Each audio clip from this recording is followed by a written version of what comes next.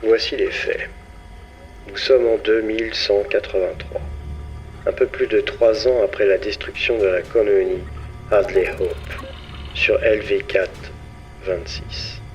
La disparition de l'USS Sulaco et la fermeture de la prison et de la fonderie Fiorina 161, la perte de l'unité des Marines coloniaux du Sulaco en même temps que celle de ses avant-postes financiers par la Weyland-Yutani et la possibilité d'actes criminels qui semblent trahir ces incidents ou instaurer une atmosphère de méfiance entre la compagnie et les Amériques unies. Nombre de membres de la frontière se retrouvent pris dans ce schisme et par conséquent forcés de se débrouiller sans les provisions ou la protection nécessaire à leur survie.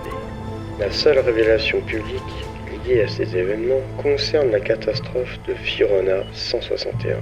Il s'agit d'un ouvrage intitulé « Le monstre de l'espace », censé contenir le récit du détenu Robert Morse, qui raconte comment un dragon extraterrestre aurait envahi le complexe et brutalement assassiné plus d'une vingtaine de prisonniers au chromosome WY, ainsi que le personnel pénitentiaire.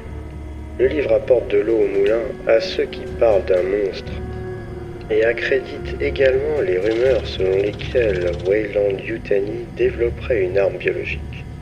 Selon ce récit, la compagnie se souciait davantage d'obtenir la créature pour l'étudier que de sauver des vies.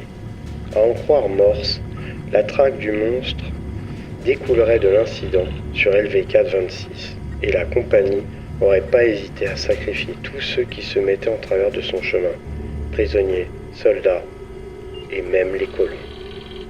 Bien que l'ouvrage ait subi une censure immédiate, des exemplaires ont été diffusés parmi les colonies, lui assurant une vaste audience. Certains y voient qu'une fiction qui leur permette d'échapper à leur quotidien, d'autres adhèrent au récit de Morse et en ont développé tout autour un culte, le considérant comme un texte religieux annonciateur de l'Armageddon imminent. Cette fois, c'est la guerre, jetant de l'huile sur le feu. Les conflits entre secteurs rivaux de l'espace ont augmenté de façon exponentielle durant les 5 dernières années.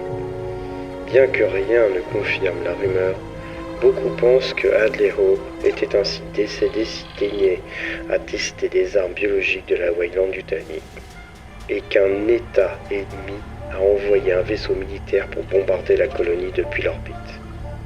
D'autres croient que la compagnie travaille main dans la main avec une nation renégade pour prendre le contrôle des colonies de la frontière. À mesure que les Marines coloniaux, de plus en plus nombreux, sont appelés et déployés pour les nouvelles campagnes, les colons de la frontière prennent peur.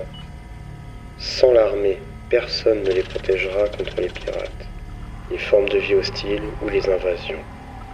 Pour compenser son absence, beaucoup de colonies mettent en place leur propre système juridique, élisant des marshals pour veiller au maintien de l'ordre. Certains ont même engagé des mercenaires pour protéger leurs intérêts.